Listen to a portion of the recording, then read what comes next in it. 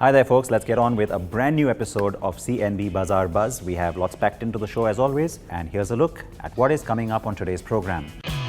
It is the 100 bhp variant of the Mahindra TUV300, the full review. The customization was introduced. The Honda Navi crosses an important milestone. It's a Navi edition. And we profile a racer from South Africa.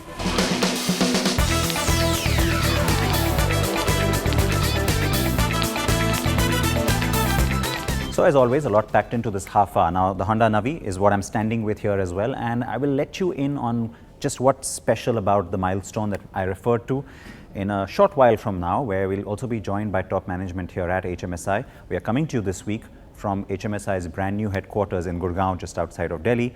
But like I said, those details can wait just a little longer. First, let's get on with the Mahindra TUV300 review. Now, the 300 has gone 100 in terms of its output. The 100 bhp variant means that, of course, it gets a different engine. How is it to drive? Does it finally fulfill that little requirement of that extra bump of power that a lot of people were asking for? Ameya Naik drove it to find out.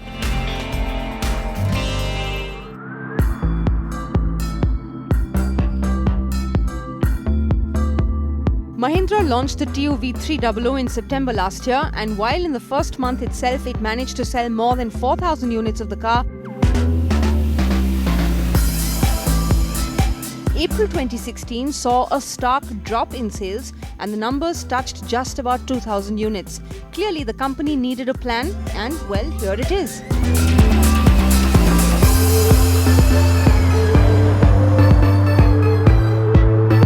Well, Mahindra seems to have taken our feedback into consideration with regards to the TUV300. Us media journalists as well as many of the customers told them that the 84 bhp one was slightly underpowered, which is why you have this one.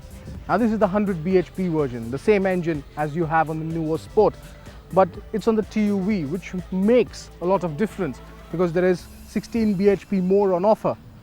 Now how does it perform with that much power? We find out.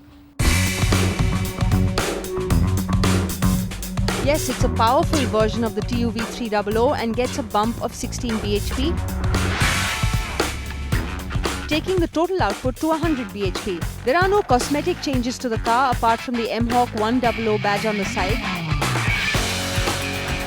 But beside the bump in power, there is a bump in torque figure as well. There is 10 Nm more torque on offer, taking the figure up to 240 Nm. Now, the torque wasn't really an issue, but the bump in power certainly favors the power to weight ratio of the TUV300. So let's get down to how it is to drive. Do the additional power and torque make a difference?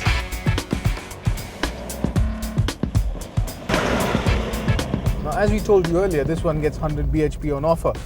So is there a difference between this and the 84 bhp?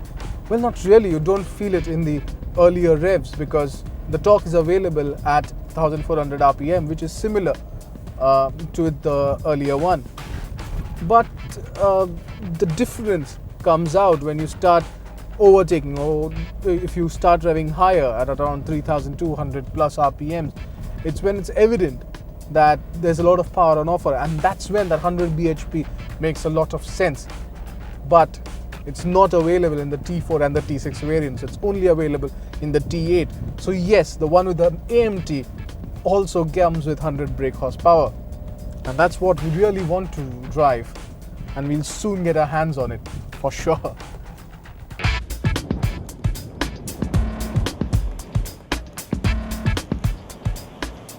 The 1.5 litre engine hence gives that additional thrust, and that comes in handy when you want to overtake. All you do is downshift and the engine growls a bit, but there's all the power you need to make your move. The response from the engine is better and the TUV300 feels more confident too, but not much around corners. The TUV300 carries forward the body roll, and you expect that because there are no mechanical changes made to the SUV. The TUV300 with the mHawk100 engine is available in both the 5-speed manual and AMT variant, but the company is only making it available in the top-end T8 variant, so the T4 and T6 variants are not privy to this change in power. But the added power does have an effect on the fuel efficiency figures, and it falls from 18.49 kilometers per litre to 18.05 kilometers per litre.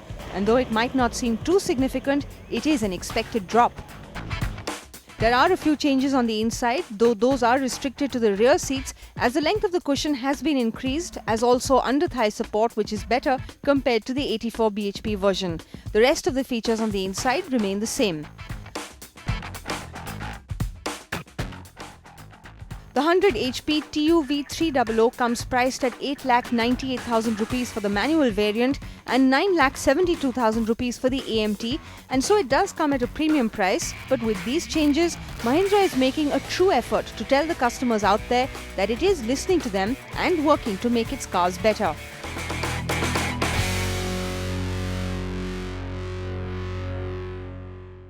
Joining us right now on the program, we have Mr. Y.S. Guleria from Honda Motorcycle and Scooter, who is going to give us a little bit more of an insight as to why we are here at the headquarters today and let you in on that big promise of some information that I promised you at the start of the show.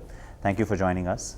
Yeah, it's good to see you. And thank you for inviting us into your office. It's your new office and I'm here for the first time, so happy to be able to check it out for myself. Yeah, we are equally happy to welcome you to our new corporate office in Gurgaon. No, And so nice of you to come all the way, and definitely there's something exciting to talk about today. And this is primarily breaking of the news that we have completed the 10,000, so 5-figure mark for Navi. So and that too, it becomes more significant because Navi still has not been launched across all India, and it's only limited to 10 cities as of now. So June we have started for a couple of other cities. So only 10 towns and 10,000 dispatch. So it's a great beginning for the creation of a totally new segment.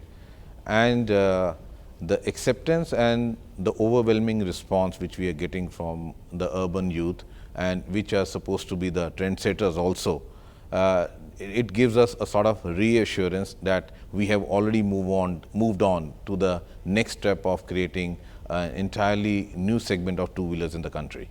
You mentioned that it's just 10 cities, and so I remember even at the start you had said that it will be a sort of a phased rollout. When did the actual dispatches begin? So over what time frame have you been able to achieve this good number?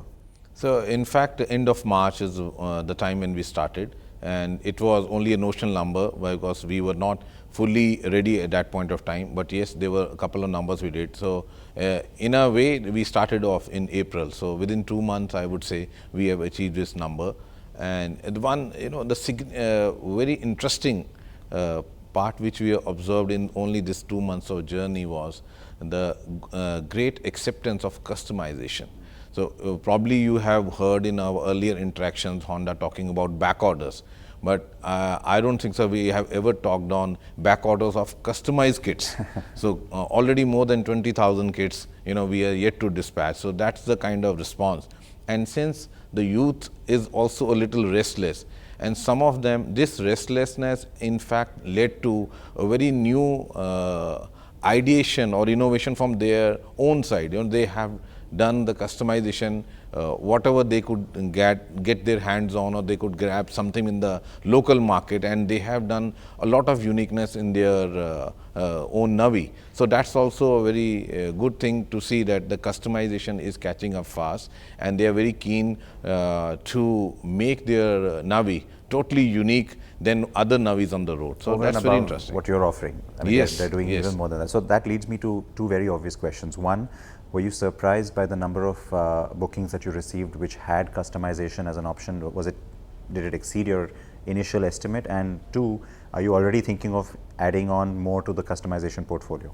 So I go one by one. Yes. First, yes, it is more than what we would have expected, or it was there in a plan. So the very fact that we were not ready to serve that kind of customization leads to that back order. So that's the first point, that it has exceeded our expectation, that almost 50% of our customers who are buying a Navi are opting for customization. So that's the first point. And second, yes, we will not stop here. There's a lot of back-end work which is going on. Just behind you is the Navi ideation room, and we have already started calling it as Navilution, not evolution, but it's a Navilution. So they have to come up with a new idea every month, what is the new addition which we can do in the customization. So, and those surprises are not on the drawing board. So very soon they are going to come in the market. Probably you will see in another 1 or 2 months some new offering in the customization kit for Navi. So Navi will never be